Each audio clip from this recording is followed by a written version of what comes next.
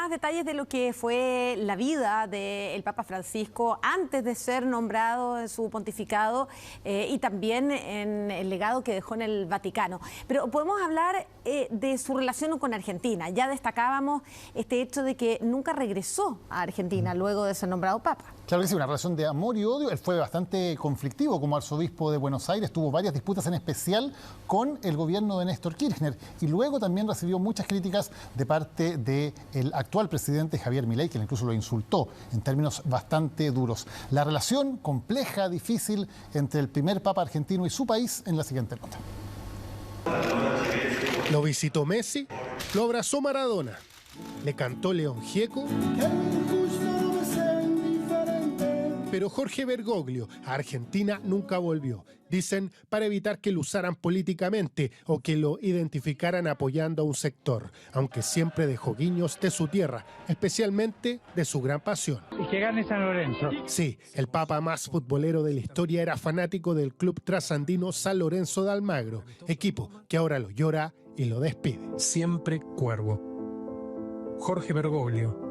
El niño enamorado de San Lorenzo del 46. Hasta socio era y los triunfos de su club siempre los seguía a la distancia. Saludo a los campeones de América, al equipo de San Lorenzo. Desde San Lorenzo, hoy al Papa Francisco le decimos adiós, gracias y hasta siempre. Que es parte de mi identidad cultural. Juntos por la eternidad.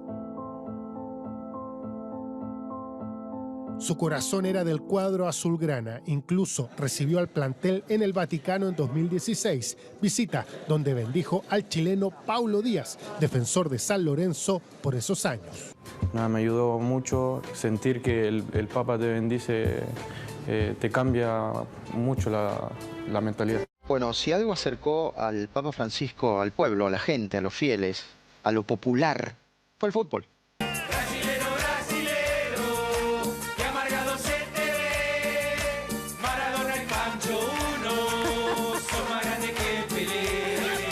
Apenas Jorge Bergoglio fue proclamado sumo pontífice, en Argentina se dio un espacio a la identidad cultural, popular y cercanía. Bueno, y acá encontramos en el Vaticano a una chica argentina. ¿De dónde se pone? ¿Buenos Aires? Buenos Aires. ¿Y el señor? Bruno de Brasil, de São Paulo. ¡Opa! Bueno, ¿qué te pareció la cumbia papal? Muy buena. Bueno, a él más o menos. ¿Bien? Porque dice, brasilero, brasilero, qué amargado se te ve.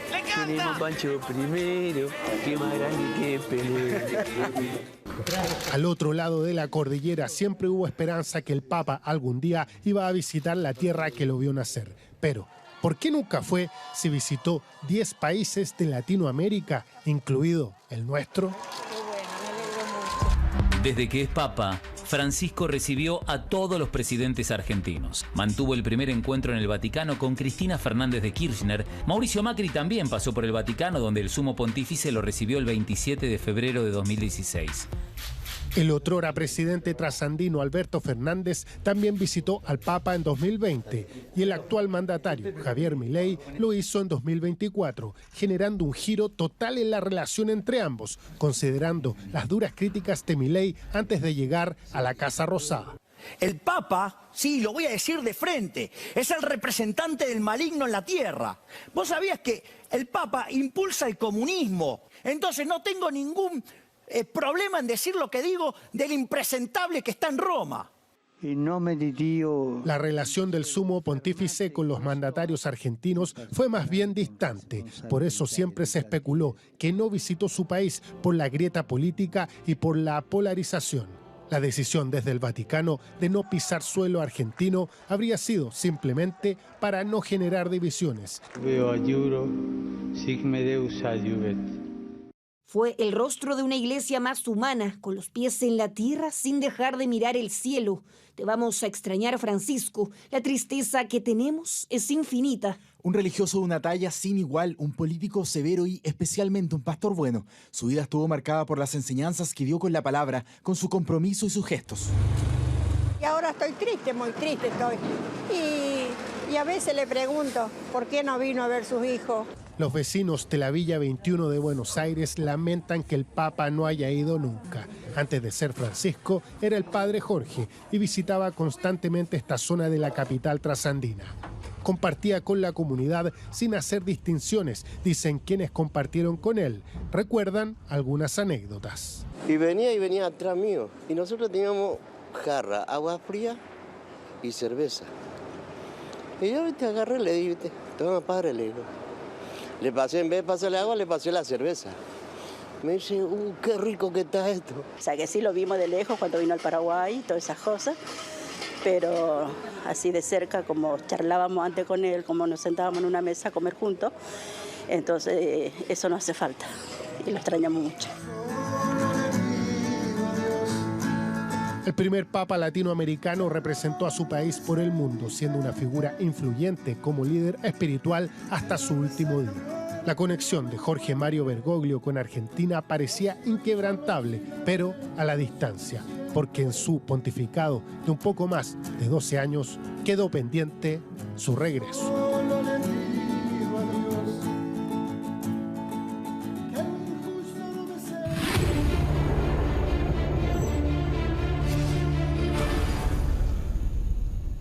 Nunca en la historia de la Iglesia Católica un pontificado estuvo tan marcado por algo ocurrido en Chile, porque quienes conocieron al Papa y estudiaron su legado coinciden en que su visita a nuestro país en 2018, una visita polémica, difícil, marcó un punto de inflexión relevante para él y para su papado. Y es que por esos días Chile y particularmente la ciudad de Osorno estaba muy convulsionada con la designación como obispo de Juan Barros, quien era acusado por las víctimas de Caradima de haber encubierto esos casos de abuso sexual.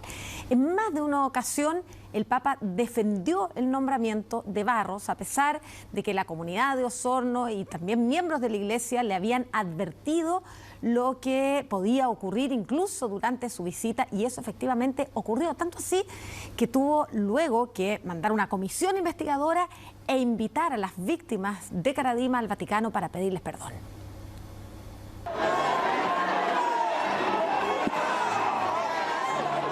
El día que me traigan una prueba contra el obispo Barros, ahí voy a hablar. El manejo del escándalo de los abusos sexuales y violaciones dentro de la Iglesia chilena marcó sin duda un antes y un después en el legado del Papa Francisco. Esa alegría de hijo de la Iglesia, de estar donde el Papa quiere que uno esté. Este señor fue cómplice de uno de los sinvergüenzas más grandes y abusadores. Y sin embargo, la Iglesia ampara esto. Desde un respaldo casi total al obispo Barros, el pontífice varió su postura drásticamente hasta pedir perdón. Lo de Chile marcó un antes y un después. El Papa Francisco cambió la postura de la Iglesia respecto del abuso.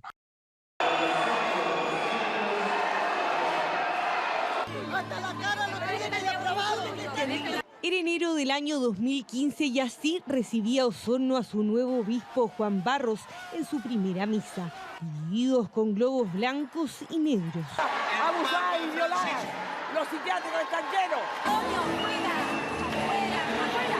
Me parece terrible que la Iglesia se divida. Era la primera señal de una etapa complicada para la diócesis de la región de los Lagos, pero también para el Vaticano. Y es que la designación de Juan Barros como obispo acusado de encubrir los abusos sexuales que cometió Fernando Caradima escaló hasta Roma y tuvo varios episodios a lo largo de los años. Francisco para nosotros por muchos años fue un muro contra el que pelear, pero que con el tiempo y también en un proceso interno de él lo ha dicho públicamente, finalmente lo de Osorno también le permite cambiar la perspectiva, no solamente en la forma de atender a comunidades, sino también sobre la crisis de los abusos dentro de la Iglesia.